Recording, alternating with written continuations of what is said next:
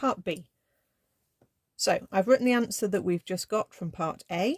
Now we're doing the expansion in ascending powers of x. Okay, so each of these separate terms is going to be a term that we're going to expand. First of all, we need to hop it from the bottom up onto the top. Okay, so we're going to have 1 minus x to the power of minus 1. Okay, we're also going to use the binomial expansion. Let me just write the pattern. It's in the formula book. We're only going as far as the x squared term.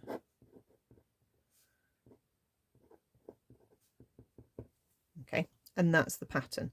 In the formula book it says 1.2. Please don't misread that as 1.2. It means 1 times 2 or 2 factorial. Okay, so for my first expansion, my n is a minus 1 and my x is a minus x. I'm going to use brackets. That's my 1 plus my n times my x plus, then the third term is a minus 1 times a minus 2 over a 2 factorial times my minus x in a bracket squared, dot, dot, dot. Tidy up the terms.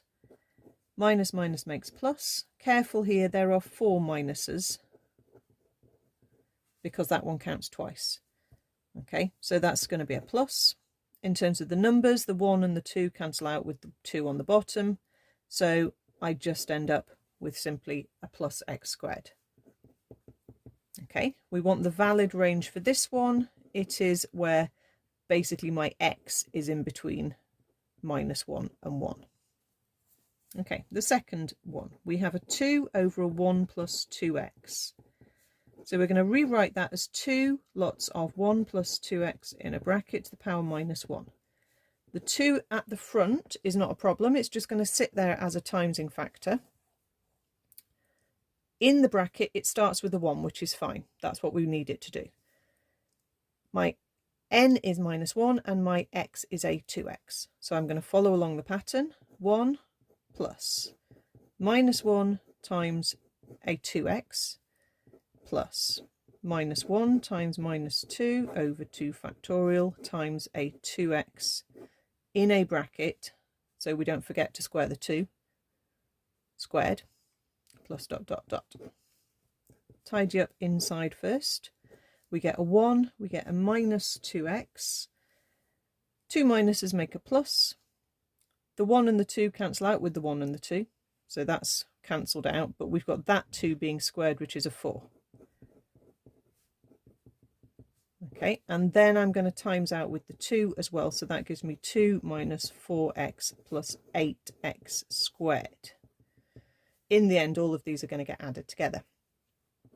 This valid range is my 2x was the thing I was using for my expansion, so that's what I put in between minus 1 and 1, and then I can divide through to get x needs to be between minus a half and a half.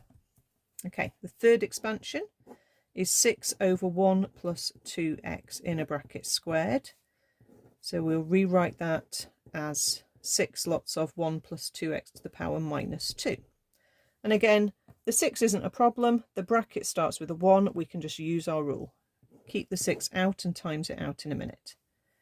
Okay, so my 1 plus my n is a minus 2 times my x, which is a 2x, plus my n minus 2, take away 1 from that, minus 3 over 2 factorial times my 2x in a bracket squared. Okay, let's tidy up inside first. 1 minus 4x, and then we've got, okay, 2 minuses make a plus. That 2 cancels out with the 2 on the bottom. We've got a 3 times a 4, so that's a 12. You obviously can do that on the calculator. You don't have to rely on your mental arithmetic. Okay, if I times it out with the 6, I'm going to get 6 minus 24x plus 72x squared. And again, that one is also valid for the minus a half to the plus a half. So all we have to do now is to add our 3 expansions. So I've got 1 plus x squared plus 2 minus 4x plus 8x squared plus 6 minus 24x plus 72x squared. Okay, that will give us overall 9 minus 27x plus 81x squared. Plus dot dot dot, it hasn't ended, we just don't know any more terms. When we're looking at the valid ranges, we're going to choose the smallest or the smaller one, okay, which is minus a half to plus a half.